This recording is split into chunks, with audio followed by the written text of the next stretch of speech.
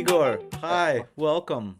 Hi, thank Igor, you so much for the invitation. oh, you're Yeah, so welcome. there. Igor, meet George. George, meet Igor. You guys are seeing each other's face for the first time, despite having That's true. ghost We collaborated. yeah, we work together without knowing each other. That's Yeah, lovely. It's pretty Thank funny you, how thank that you works. for the I for really, I the really liked the cover.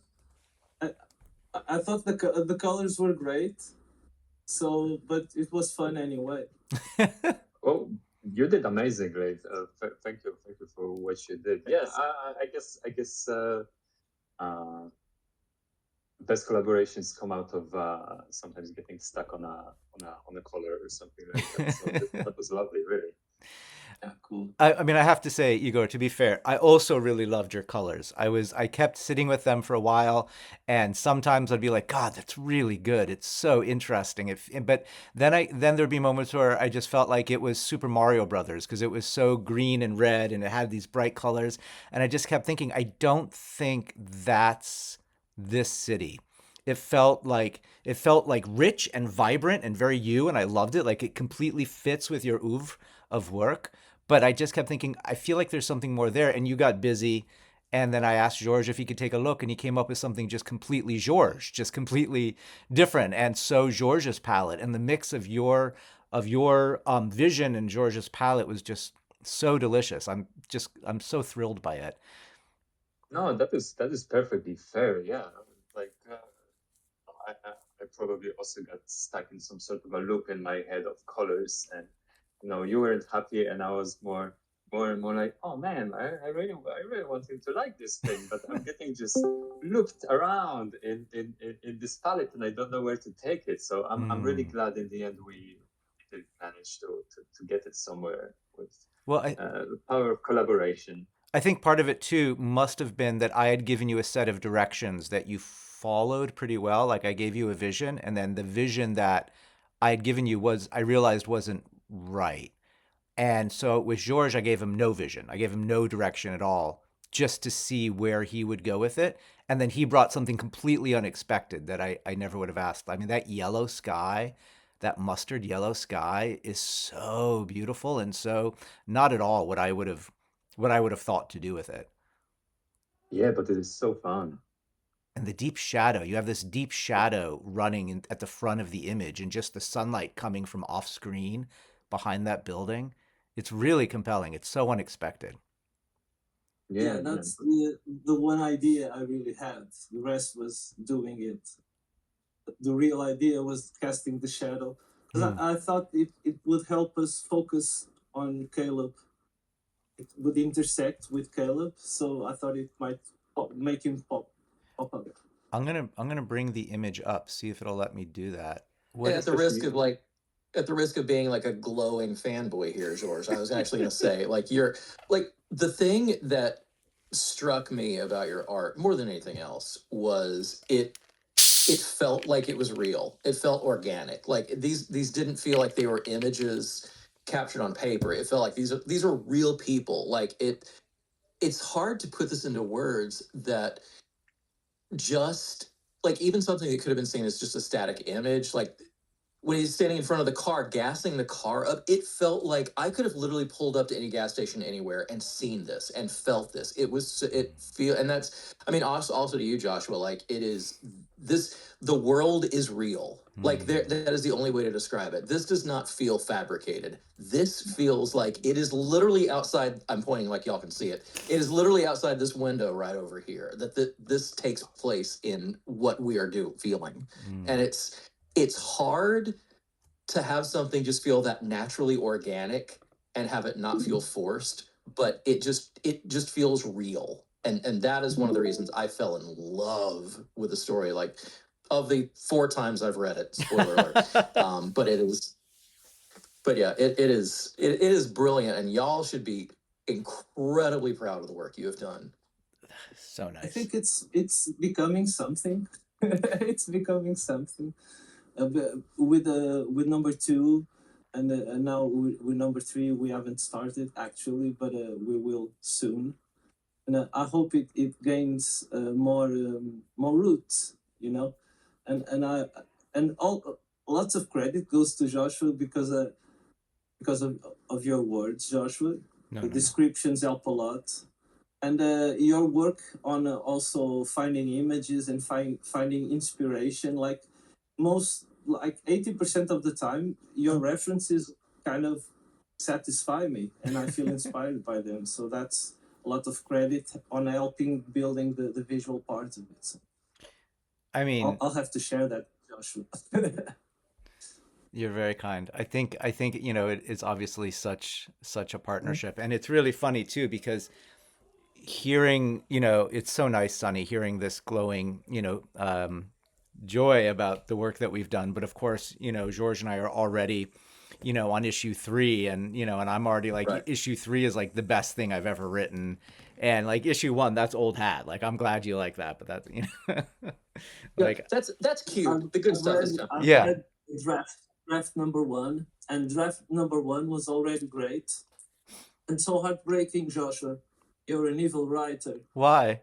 You make Oh. your character so Issue 3 is really, it's hard. It's a hard one to read. It's hard. It's hard. It's emotional. Yeah. But that's one of the things I love about comics or in literature in general.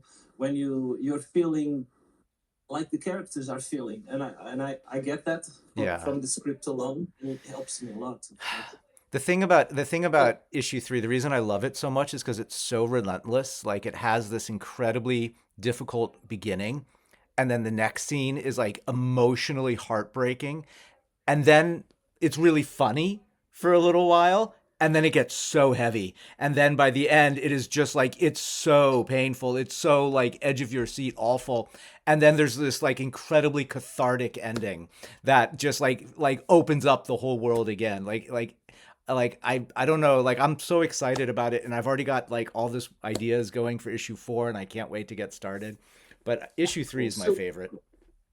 When will I need to, so I can go ahead and tell my therapist to have some time booked away? Like issue 3 is going to be dropping like when? So August, no September. Pressure, no pressure. Maybe. It's not like we're recording this. No. I'm gonna guess August, September if we're lucky. Okay. If we're lucky. I don't know. What do you think, George?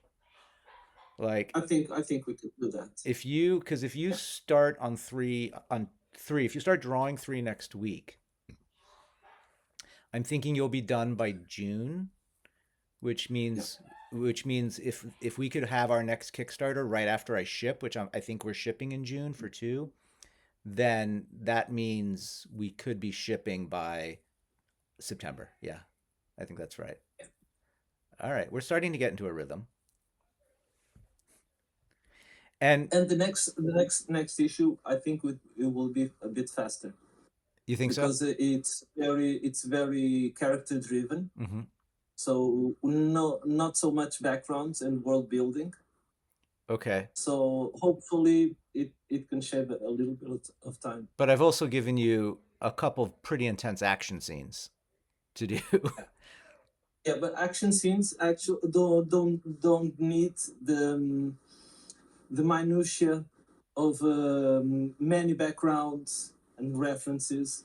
So action scenes are supposed to be fast and impactful, more than detailed. Because like I'm you're not saying, contesting it's all within commas and depending on the artist's style, of course. Geoff Darrow doesn't make a simple action scene, but Igor, what about for you? Do you draw action scenes faster?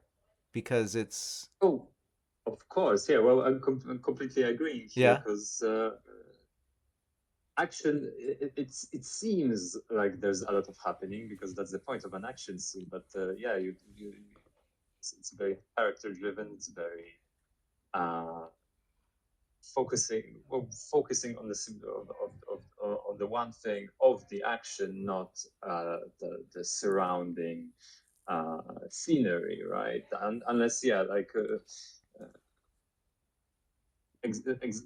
exactly like with the example, like Geoff Darrow would be doing a simple action scene, so it depends on the artist. But most of the time, yeah, it sheds a lot of time. Like obviously, it's not faster than a shot of the face, but yeah, 100%. So, what is the hardest thing to draw? What takes the most time? I would say that's for every artist is gonna be their own little weakness. Their own Yeah, weakness. maybe. Yeah. Crowds, detailed crowds with with how's it called? With raccord. If you're shooting within a crowd, the same place, and you're changing the camera, but it's the same place. Oh, that's an my Oh, with the same characters, the same NPCs, but seen from different angles. in a crowd with a technical background. Imagine a bridge with all Wow. those supports and structural beams and stuffs with technical backgrounds. Wow. And yeah, that for a long time that maybe one would have to use some tricks. Definitely. So I've definitely written you a couple crowd scenes. I have to apologize. Yeah. Let's see. Let's see. At least in How I issue can 2, manage that. at least in issue 2, I gave you a double page spread for the biggest crowd scene, so you had room. Yeah. Yeah. Um, I'm still open because now I'm very curious to see the differences between draft 1 and draft 2. oh, oh, right, because you haven't seen any of the latest work yet. Okay. I think I think you'll be happy. I think that draft 2 is just better. It's just more refined. It's also longer. I keep adding pages. More pages? Yeah, which is good for your pocket. But How much? So usually it's 34. Now it's so far I'm up to 36. So 36. and I'm Okay. only in through the first act. So we'll Okay. see. I feel like I keep, hitting whenever I add a page, I know I have to add 2 pages because I've got these incredible page turns that I don't want to lose. And the double page spreads are all set. So I have to always add 2 whenever I add 1. And then I always think, well, I really shouldn't add any because a real comic is only 22 pages. And I'm never going to learn to write a real comic if I can't write a 22-page comic. And I'm being indulgent writing 34 pages. But then I'm like, what the fuck? It's my Kickstarter. Who's going to stop me? Like, I can do whatever I want. There are no rules. Yeah. Well, there are if I'm ever going to write for Marvel or, which is a dream. Well, but isn't it? I mean, yes, I do realize that, when okay, let's say you've got a Marvel script and it's sitting at 34 pages and you're really proud of it and you have to trim it down to 22. I realize you're going to be like, okay, so which of my children am I going to sacrifice? What of my words am I going to have to knock out of this thing? But would you think that it is easier to scale down or scale up in terms of your script? Oh, scale down is harder. Okay. Is harder. Yeah. Also, I don't think I would ever be in that position because I have learned about writing comics that you need to structure it page by page before you begin writing. You have to know exactly what's going to be on each page. So, and you kind of create a very clear beat sheet. Because if you just start writing a comic, every scene will be 20 pages. Because you want to think in pictures. We should be economic because it's not cinema, it's not animation, it's comics. Yeah, so it's a different language. We can use all of the tricks and still make it. I want to say hi to Celtic Kiwi. I know that you're here, and I imagine it's like 12 hours later. You're in Australia or New Zealand. Kiwi is Australia, right? Or is that New Zealand?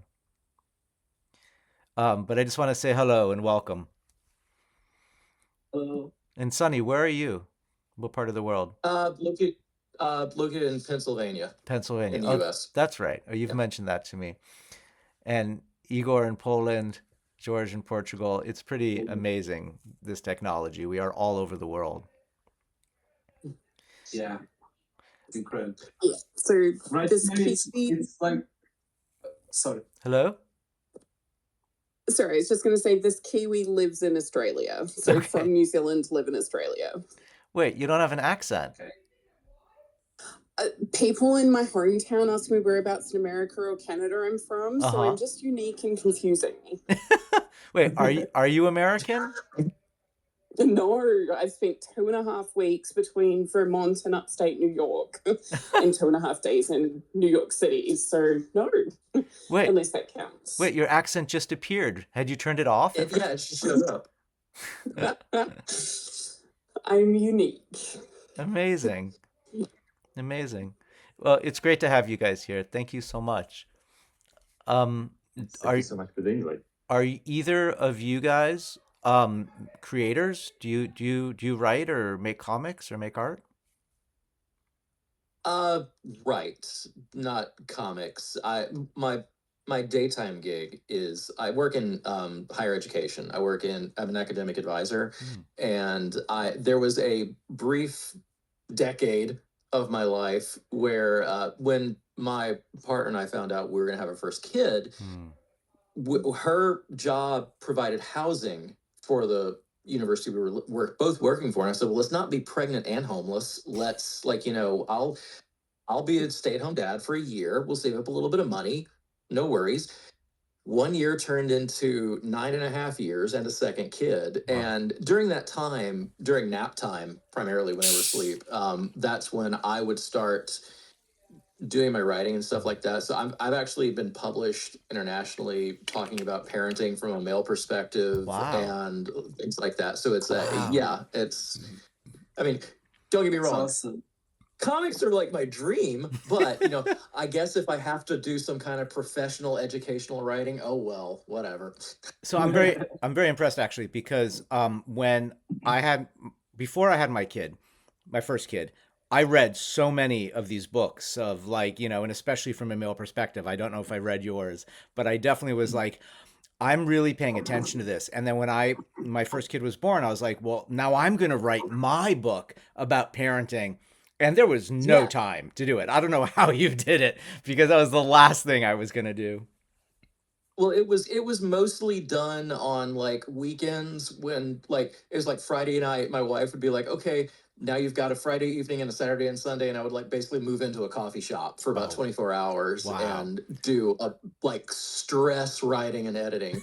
But there was, back in the day before Twitter became what it is now, there were a lot of other stay-at-home dads that I met through that. And we kind of got, quite frankly, we got pissed off that a lot of the parenting books were either geared strictly for the mom with the dad as a peripheral thing, or we were not in the picture at all. So we actually we did a book called The Myth of Mr. Mom. And it was all these first person perspectives of as a parent, as a male caregiver, this is what my experience is like. It was kind of funny because for a brief shining moment in April of 2009, we took down What to Expect When You're Expecting as the #1 parenting book on Amazon. So I am an Amazon.com #1 best-selling Congratulations. Author. I love it. That's amazing. That was the best 7 seconds of my life. I'm not going to lie. It was absolutely great. Kiwi, what about you? Do you make art? Do you write? No, unless stick figures count, and my stick figures are not exactly impressive. So my sister is the artist of the family in terms of drawing, painting, etc. I'm the writer. I also have an academic background, so I have been immersed in academia for more than 2 decades, getting my PhD, which I graduated with in 2023 now. Wow. In Irish military history, because that's my passion. Wow. So yeah, that's a lot of experience with academic writing, which I enjoy, but it's a chore at the same time. My passion is novel writing, which is what I'm working towards now, mostly starting with historical fiction, but I have aspirations of also doing world building and fantasy kind of environment. Yeah, so I've written PhD, several articles, nothing fictional that's been published yet, but that's a work in progress. And I currently work in insurance because I have really bad habits like wanting a roof over my head and food on my table. I And know the supporting feeling. books through Kickstarter. Yeah. Yeah, Wow. exactly. Wow. Exactly. I Gotta love fund it. it somehow. Igor, what about you? Do you write as well? Do you write as well as making art? Well, yeah. I mean, my start was in comics, and definitely starting out, you don't really connect with writers to do it. You just kind of do it You do it on yourself? your own. So my start was a lot of Polish underground when we would get with a big crowd of people publishing little zines and stuff.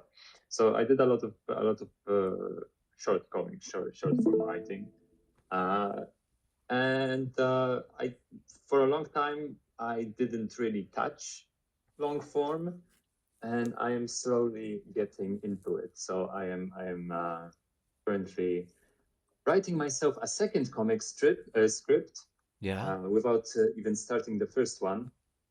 It's just writing takes way less effort than after that Then actually drawing? drawing it. Also, the first one was very ambitious and something that was following me for years and years and years, and just there's no Hmm. way for me to actually draw it right now. So right Hmm. now I'm finishing up a script for something that's much more realistic that I So, can work so you on. actually you wrote an entire comic script for yourself to draw, and then decided you weren't ready for it, and put it aside to start Yeah, another one. Wow. What was I mean, so it ambitious about it? one more time. What was so ambitious about it?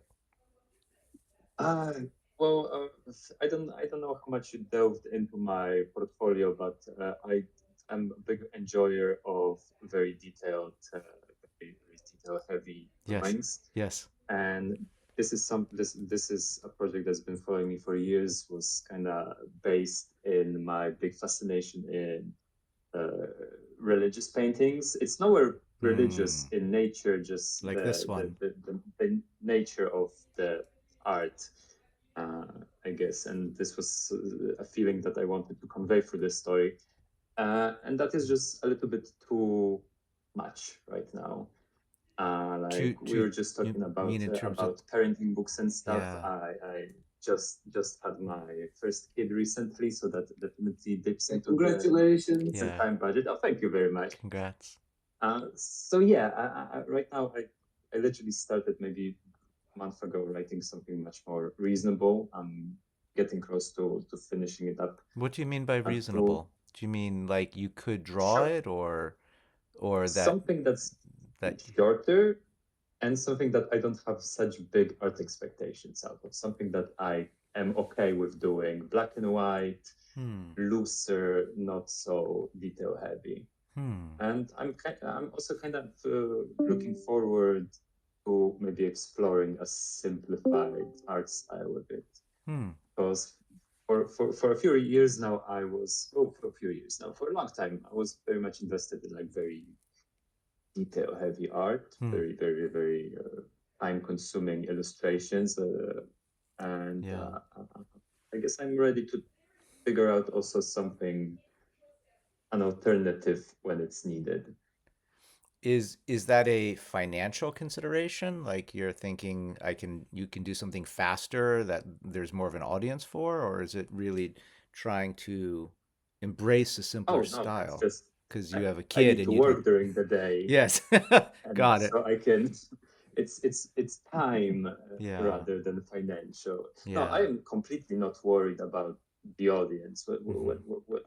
When I'm doing things like for myself, it's like if I'm happy with it, that's okay. If someone else is also gonna enjoy it, that's cool.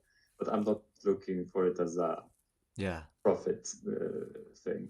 These images are incredible. I've really enjoyed getting to know your oeuvre, your background, the pieces you do. This is Night Yannick I'm looking at, right?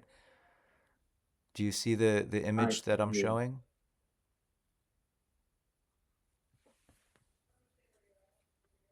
Yeah. Oh, yeah, there we go. Um, it's really incredible. Um, Yeah, and these are still Wow. older things. Yeah. Like I literally last week finished something that I started maybe almost 2 years ago. Really? You worked That on it for 2 years? I love it. Oh, Yeah. I haven't worked on it for 2 years, but I Okay. started it and just dipped into it Oh, wow. here and there and everywhere. Wow. And do you, So that's what I mean. yeah. That sometimes I just invest too much, or maybe not too much time. I just enjoy investing a lot of time into pieces. Oh yeah, what you're showing right now, Yeah. this is from that ambitious project Yeah. that I mentioned before. Oops. Yeah, that's pretty incredible. Is there, this is a story world? You have a story that goes with this? Yeah, well, these illustrations started as just pure world building. Yeah. Like most illustrations I do is just pure world building fun. But after I did a few of these in this world, kind of something cohesive started forming in my head, and in the end, it ended as a draft for a world and an actual story for an actual plot that was just loosely based off of these illustrations. Wow. It's so insane, man. It is disturbing and beautiful and really crazy. I love Yeah, I'm a this. big fan of body horror, but Yeah. not necessarily horror. I like putting together things that are usually in pop culture not put together, as in body horror that's not supposed to be scary. It's supposed to be pleasant. It's supposed to be uh, mm, for example, well, showing images of a society that usually you would perceive as something uh, extremely indulgent and scary and uh, over body modified, but as a positive society that is actually okay in the way they are living, and it's not inherently bad that they are this way. The conflict comes from something external, something else that's happening. This is just the way they are. Wow. So it's like, so it's non-judgmental in its nature. It's a society that, Yeah, yeah, that is just open to this I kind world. of love this idea of different worlds don't need to follow our sensitivities. I mean, of course, without diving into some sort of weird, I'm not going in any way for shock or something. Just, I guess, having fun with it. There's so much story, and I love the insanity of the world mixed with the simplicity of the faces. It's kind of like, to me, it's like Jorge, like Tintin meets Mobius. Yeah, it's fun. Wow. Night Yannick is the one that I haven't read yet, but that everybody talks about. Oh, that's the one that we actually managed to publish recently. Oh, recently, it's not really recently, until recently. Yeah, as much as my background is in comic, then Night Yannick is literally the only comic that I did with my friends in a proper format that was not underground, that was properly published, and something that we worked on, not something that I did as a let's say work comic, something like that. And also, this is a character that we kind of came up. Well, I was still in high school, I think. So this was just like this browning of that. That's great. And It looks amazing and super fun. I'll take it. Thank you. yeah, yeah. This is more Night Yannick, right? Yeah. So this is like a 3-part cover. This is Yeah. great. Yeah, when we were getting it published in the US, because we did get a US version, the publisher really pushed for the classic format of those 20 something pages, so we had to divide it into three booklets. Oh, interesting. Do you have, can you show us any of the work you're doing now in the new style that you're working on? Well, the new style is not there because, as I said, I'm still writing it, so I haven't really started drawing. But okay. I definitely have some new things to show you. Oh, cool. I mean, they are not new if someone is following me online, but they are definitely newest things. I can show some fun character designs for the second Night Janek. Oh, cool. Again, another thing that's hovering over me, not knowing when I'm actually going to be able to get into it. Oh no. Is there a publisher waiting for it? Are you on deadline? Oh, no. Okay. There is no pressure. The pressure is just these are things that would be nice to do. Okay. Literally, comics around here is treated pretty much as a, I don't want to call it a hobby or something, but there's no pressure. There's no money involved. There's maybe around a few thousand comic readers in the whole country. It's just something we do. That's it. So there's no pressure there. No, it's just, as I said, it's time restraints. And Night Janek also was, the first one was kind of very detail heavy and action heavy. I also am managing to do this entire comics career nights and weekends. I promised my wife that I would, not let it interfere with my actual money-making game writing. As much as I would love to only be doing comics. Yeah, that you're starting even beyond time sensitive. You did a short story. I recently, did. Right? I did. I had a short story published. And for Boom Comics, right? Was it for Boom? No, it was a small little horror comic that was for not for charity, but to raise money for like anti-fascist pro anti-authoritarian. I don't even know where the money went to exactly. But it was, they had a successful Kickstarter. They made like 20,000 and distributed it, I assume, well. But it was a very cool horror comic. And but I don't think I told you, I actually wrote, I finally finished an outline for a new comic that has been in my head for 15 years. And I finally, I think maybe not 15. I don't know what the number is, but I say 15 about everything at this point. But this one I'm really excited about. I think it feels like it brings together so many things that I love. And I've been developing it for so many years. So to finally sit down over the holidays, the kids were away at a winter camp. My wife went to a yoga retreat, and I just sat and wrote for a week and finished it finally. And it turned out great. And the very quickly, the basic concept is it's about a woman who is desperate to just have time to do everything that she doesn't have time to do, to finally have time to make art and to read everything she's ever read. And then time freezes for everybody but her. And she finds herself trapped in a frozen world, needing to survive with no idea how to start time again. And then she discovers she's not alone. So that's kind of the sales pitch. And now I don't know what to do with it. I have an editor looking at it, who got it into the editor circle at Mad Cave. Do you know Mad Cave? Yeah.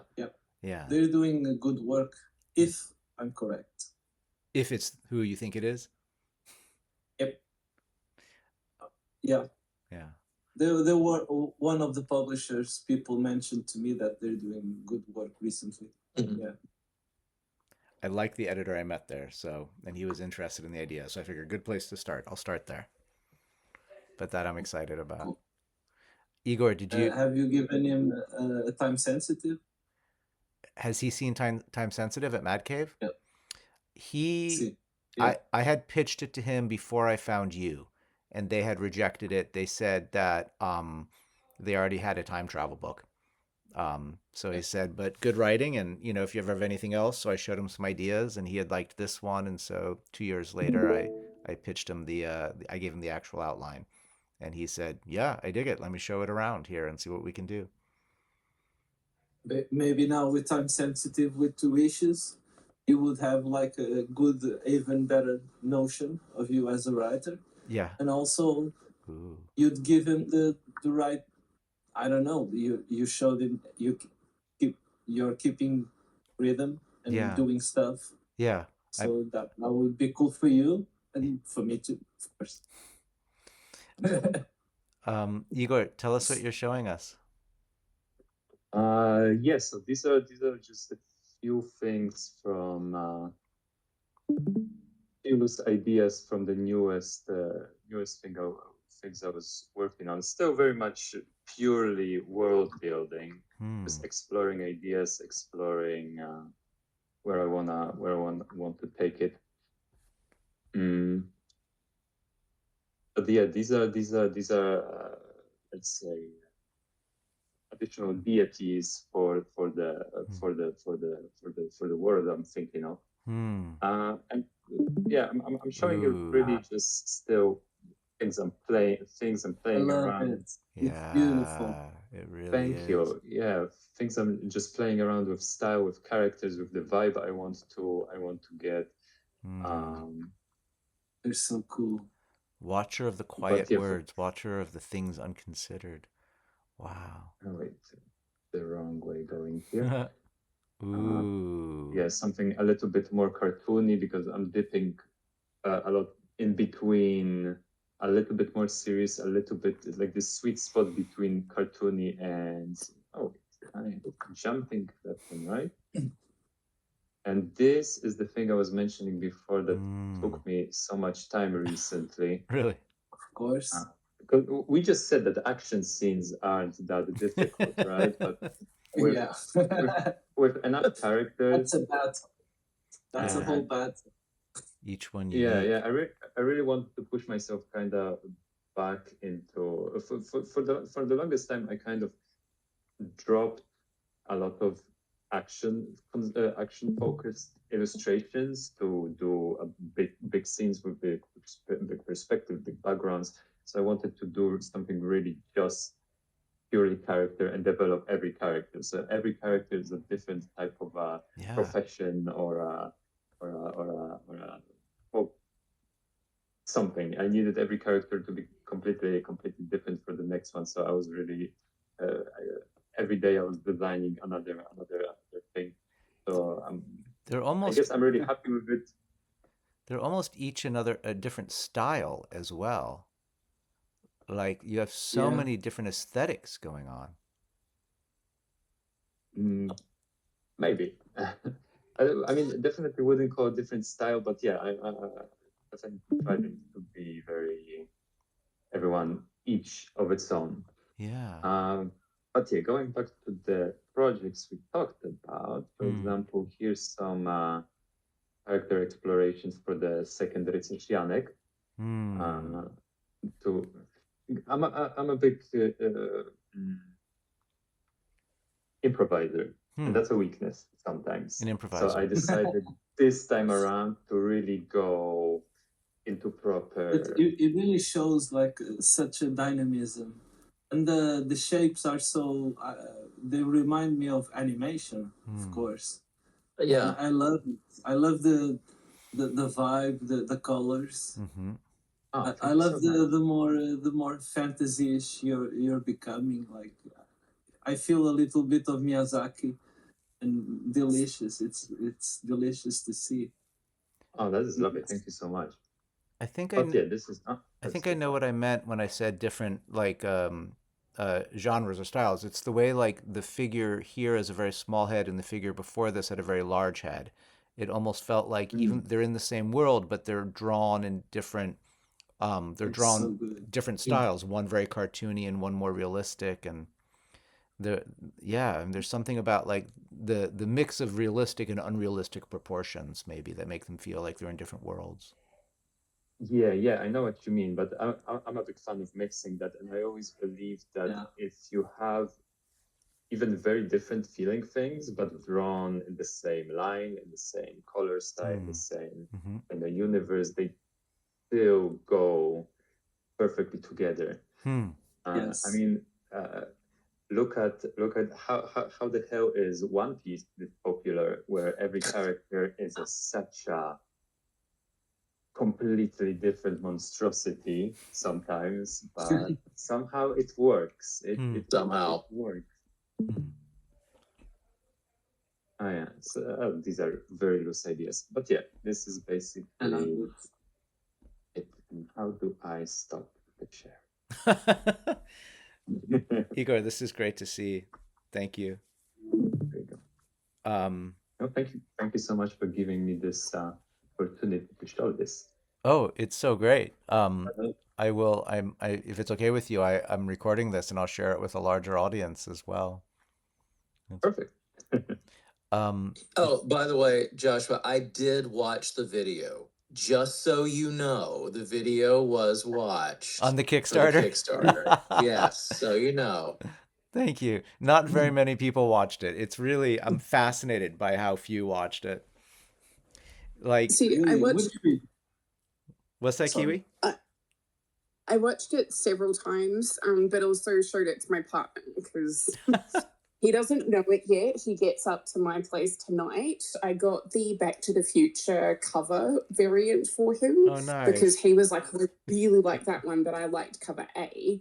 So I got it for a Christmas present. So he's getting a Christmas present in March. Oh, I love So yeah, it. he finds that out tonight. He doesn't know yet, but very excited about that. I will not post this until after he arrives. He's seen all of the versions, Okay. but yes. That's So great. I was going to ask a question if it's okay about kind of the storytelling process visually. So I don't know what the official terminology is at all, but to give you an example of what I mean, I'm looking at the breach pages in issue 1, where it goes outside of the margins or outside of the usual expected space in terms of here's the rectangle in which we tell the comic strip thing. And I swear my friend wrote an article about it. I just can't find what the article is. But I'm really curious about how that's used, that going outside the space, changing the rectangles, etc., is then used in terms of storytelling of making it different. Because that page and the next page are set out very differently and obviously very deliberately, but I'm curious in terms of that going outside of the margins and using that kind of white space almost to tell a bit of a different, just curious. That is a George question. I will let you take this. Well, it came from the script, right? So Joshua asked for 3 different moments, and I thought, well, it's the same gesture. So she's falling down. This page. So I'll take advantage and try to separate it like that on the storyboard, and it seems like a natural solution for me, and I think we're going to have more opportunities to explore it on that side, but we need some ingredients to do it that way, like being the same gesture and making a sequence with it, so it fits on some descriptions and not on others. But depending on what Joshua needs. But to be clear, this was I'm remembering now what I wrote here, and it was very different than what you drew. Because but I took advantage that it was the same physical action.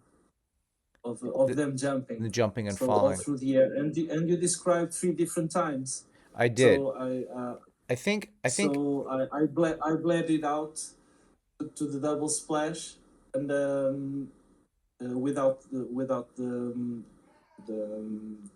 bleeding to the cut. To the page. it's funny and playing with that. Yeah.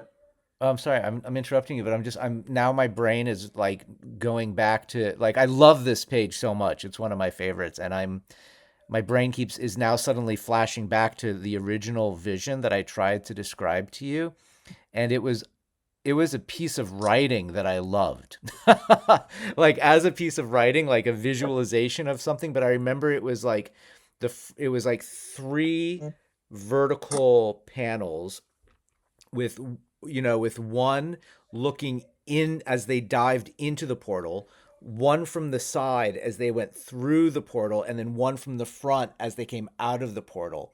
And each one looking, kind of moving the camera around the portal like this.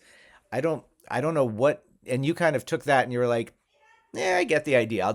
I'll do my own thing. It was and for me, I think it was my first lesson in like really like letting go of kind of art, authorial vision. Well, for starters, if you want to divide them equally on a double spread, the center of the middle panel would be on the fold. And you don't want so that. That's not very comfortable. Right. That's not, 3 panels. If they're equal, the center of the second panel is folded. So you can play with that. But I thought my mind goes to clarity. I think in cinema it works way better than like changing the angle and having everything understood is not that easy on comics.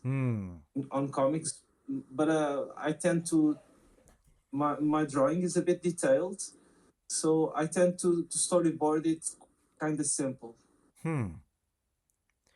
It's not simple. It's not simple. It's outrageous. I mean, it's so vibrant and active. Kiwi, you were asking though about, but doesn't have that those changing angles a bit like action movies. It doesn't have like that kind of on this scene particularly. I mean, as I think about it now, the vision that I had compared to what you did, right? The vision I had would have been very complex to read, to understand from still images that the camera was moving and that you were seeing them. Like that would be a complex piece of intellectual machinery to follow along the movement. Whereas what you did, you kept the camera static and then dramatically changed the world in each frame. But then you also, I mean, going back to Kiwi's question, like you didn't do vertical either. The panels are trying to give you a bit of the fall. Yeah. It's good. The fact that they're angled like that, and it's the gutters you used really, really well in those panels. And what I actually like, because I'm looking at the 2-page spread right now, is right before they jump, you've got one of the panel breaks, which I love the fact there's like jagged edges on those, and the line work isn't like clear and delineated because it feels like it's real. But the fact like that break happens mid-panel too. It feels like you are caught in the action of the jumping. And then, of course, it ends with the greatest culmination of the cow mooing at the very end of it, too. That was, the moo was added by Micah, or the letterer. That one, I don't think I even wrote that. I think he just threw that in, and with the question mark. That's great. Yeah, I love actually. And I like the cartoony side of it.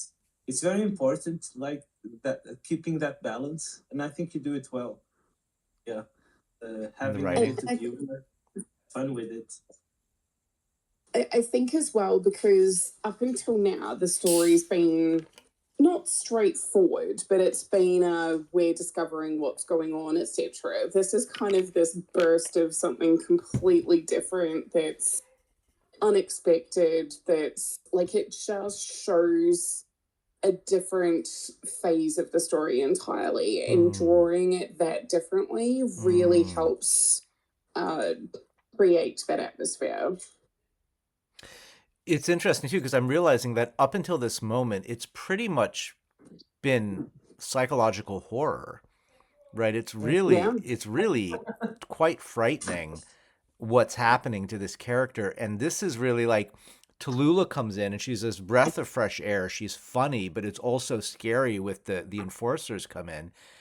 And then this is the first moment, almost with that moo, where you're like, oh, now something fun and funny is happening. Because then the next few pages are really, like, really funny, I think. Like, I crack up in the McDonald's scene or whatever that is, the neon lit LA fast food restaurant. And it's like after all of that, like, you know, what the hell have we been going through? Having her just be like, I don't know. Like all of her, like, you know, she knows so much and there's so much she doesn't know. And that moment when, you know, he's like, you know, wait, you're telling me the fucking president of this country, of the United States, wants my wife dead? Why? She's like, how the fuck should I know? He's like, because you're from the fucking future. And that always cracks me up. That's my favorite line. But I love the energy George drew this with, and then the way that Kay lit it, came back with this neon pink and blue lit scene was so surprising. I loved it. I loved it too. I thought it was a great choice from her. Yeah. And on number 3, we're gonna have a cool comic relief. A cool comic relief. Oh, the new character. You like him? Yeah. I can't say any. I can't. I like him. I don't want to say anything. George, did you bring any work to show? Do you have anything you want to show off? I'm on my spot, so I have it here. You're in your studio. For now, please forgive me the simplicity, but it helps me keep everything on track. So we have number 1 right here. Wow. Except the original art that you received. Wow. And number 2. Wow. With some extras, so here we have the line art for the book plate. So I decided to experiment that old technique, doing it of painting the colors on another piece of paper, and it's too much work for it to be practical, but it's a great creative exercise. The painting. So I've done the line art drawing with the crew and stuff, and then I printed it in light blue. It's so big. And painted it on another paper. And then I meshed them together on Photoshop. I'm surprised. I'm really surprised it's so big. Yeah, it's like A4. Let me see. Yeah, it's smaller than A4. Yeah. But on an A3 page. I mean, to have room. After all, it's just one picture. And yeah, we have the entire book, the stack. The entire book. The weight of art. Wow. The weight of art. That is so cool. The struggle is real. Igor, do you do pen and paper at all, or are you entirely digital? I switched to digital maybe a year ago. Oh, really? Before that, I was also completely pen and paper. Oh, wow. Oh, so it's new. Or a mix. So I'm only experimenting with it. This page is also a kind of comic relief. Number 2. The quality of your camera is not very good tonight, so it's hard to make out the art. I know what page it is, though. I think it has the lights are very low, very close. Maybe. But anyway, it's a camera. It's a bad camera. It's the laptop camera. But yeah, I have some VRs here with me. and the layout. So now we have 2 mini books. I'm very excited. And Yeah. we'll start the third briefly. What did you think of the reproduction of your mini book? Of your yeah, it's just like that. Yeah. It was just like really the one you have. Feels like the paper. Yeah. Oh, I'm so pleased. I thought it was so cool. We have one of the pages that you released on layout. Yes. George, do you ever do digital work? Just purely work in digital? I did before, but I kind of never got completely 100% into it. Because one of the first challenges for me, it's losing kind of the sense of scale of the full picture. Interesting. Because on a computer you can zoom in and kind of lose your place in the layout. But I believe it's because I was never 100% with comfortable.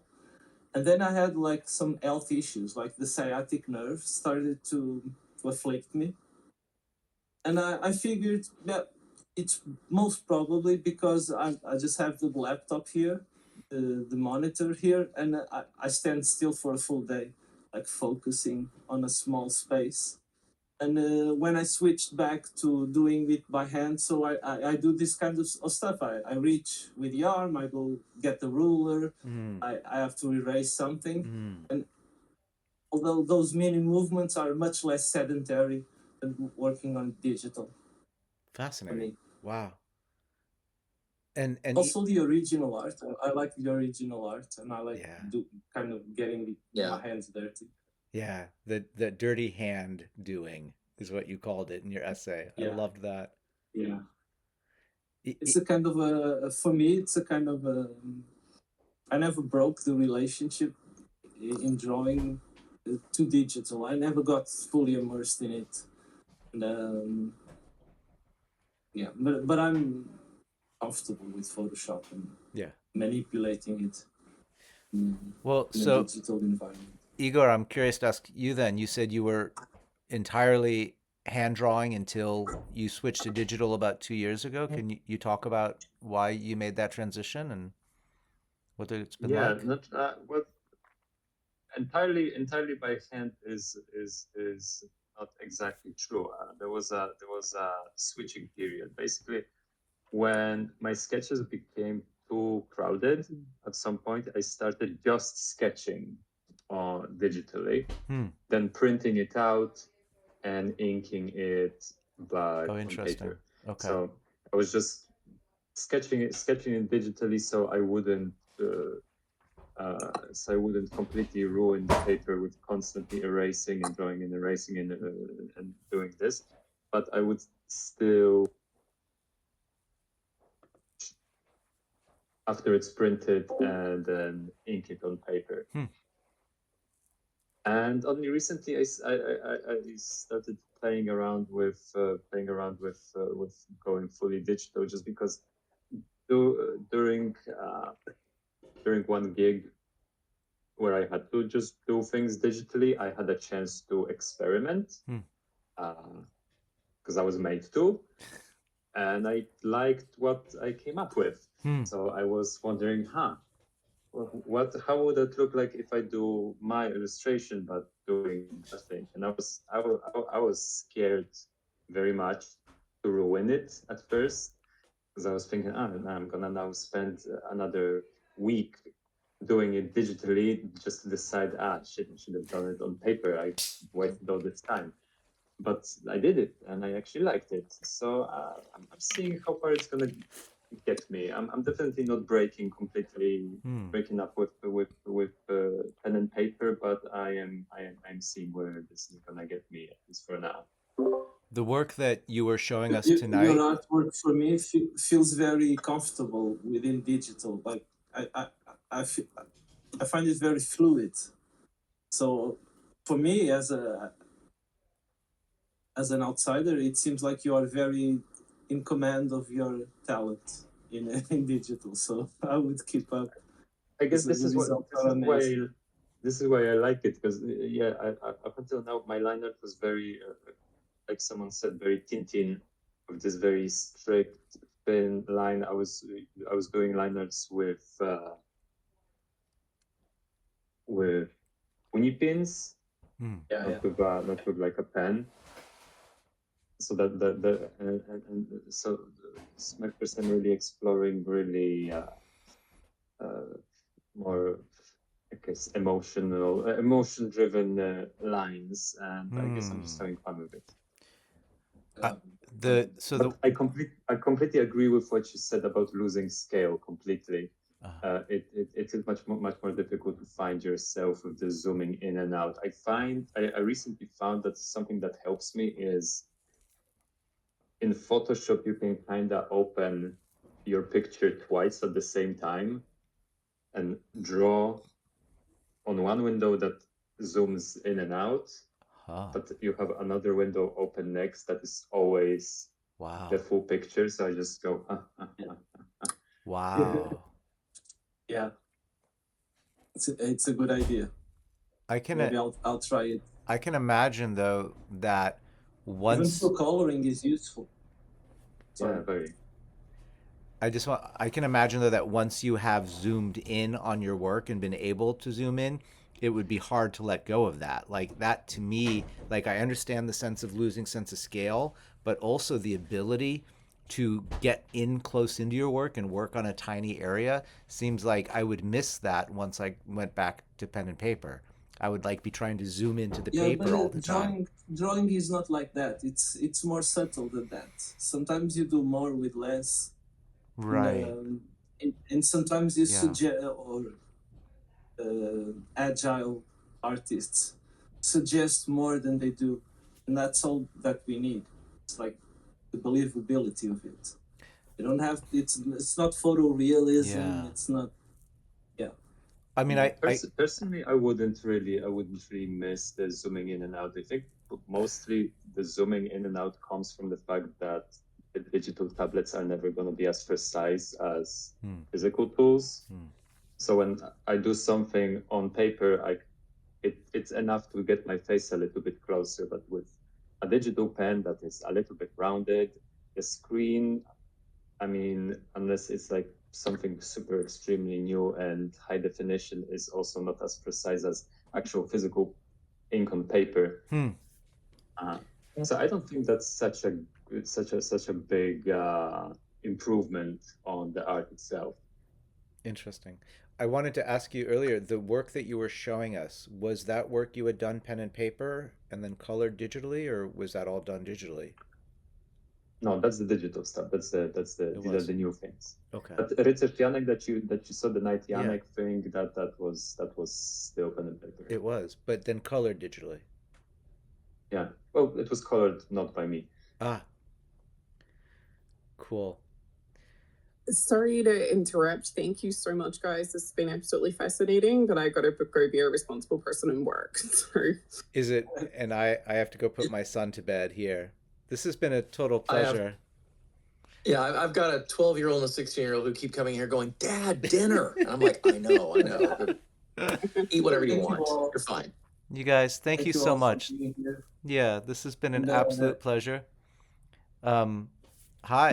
I just want to quickly just come off mute and just say, like, amazing guys. Like, I can't tell you how excited I am. Was it for the next issue? Oh, wonderful. And beyond, like, everything. And it's just been fantastic, like, to see, like, what you guys have all pulled together. And I hope, was it like what we're seeing, like, with Igor's cover, like that's going to continue. We're going to see, like, more of that awesomeness. And there's a friend of mine, I've been hyping up, was it the first book so much since I've read it. And I've read it like front to back. I lost count like how many times now. And I was like, you're gonna love it. And he's arriving tomorrow from the next city over, and I'm giving him my copy because of what I bought. I have my own other copy coming like in June. So yeah, I'm super excited. You bought a second one to come in June, so you can give this one away. Oh, so I had no idea what to expect, and I know you've posted kind of the same thing as like the other people had shared. Yeah. I was the same thing as like, really interested in the premise. I don't know, like, is it, I'll back it. I was only going to get a floppy to start with. Yeah. And then I was like, no, you know what? I'll do a hardcover. And so I got the hardcover and I literally put it down and I was sitting in my chair over there and I looked at my wife and it's like, I've got so much regret right now. She's like, what? And I said, I wish I had bought like the bundle that had, everything in it. And then when the Kickstarter for 2 went live, I immediately bought like the bundle for 2, and I wasn't paying attention that there was like the backfill one. And so anyway, I went back in, updated it, and so regret is taken care of. Amazing. So, I'm so pleased. Yeah. Thank you so much, dude. I was a little jealous. Was it because I think it was George? Was it a video that you took of your unboxing? Yes. Yeah. It really hit home when I saw that. Like, all the pieces, everything that was in there. I had bought it. Oh, I was so anxious to get it because it was my real first time, and I loved it. Yeah. Props, Joshua. Like, the production is really, I loved it. You know what? Props to my kids who helped me pack them all. My daughter was the one who was doing the tissue paper and the sticker on all the hardcovers. It was really nice. Yeah, it's amazing. You guys are wonderful. Thank you so much. I'm enjoying this so much. And Igor, thank you for joining us. This is our inaugural creators table. I definitely want to do more of these now. George, you'll come back for more? Yes. Wonderful. Next Thursday, right? Let's do it next Thursday. Absolutely. Let's make it a regular thing. Standing date. Yeah. Absolutely. Cool. Sonny, great to meet you. I'll be working on time sensitive, and maybe you guys can see something in real time. Maybe that'd be great. Yeah. Hopefully you're starting next week. That I guess that depends on whether I finish the script or not. Although no pressure. No pressure. Awesome. Igor, thank you for staying up late for us. I really appreciate it. It's great to see you. Igor. And we'll see you guys again Thank you soon. again for the invitation. It was lovely. Thank you so Lovely much. seeing you guys. Yay. Good night. All right. Good night.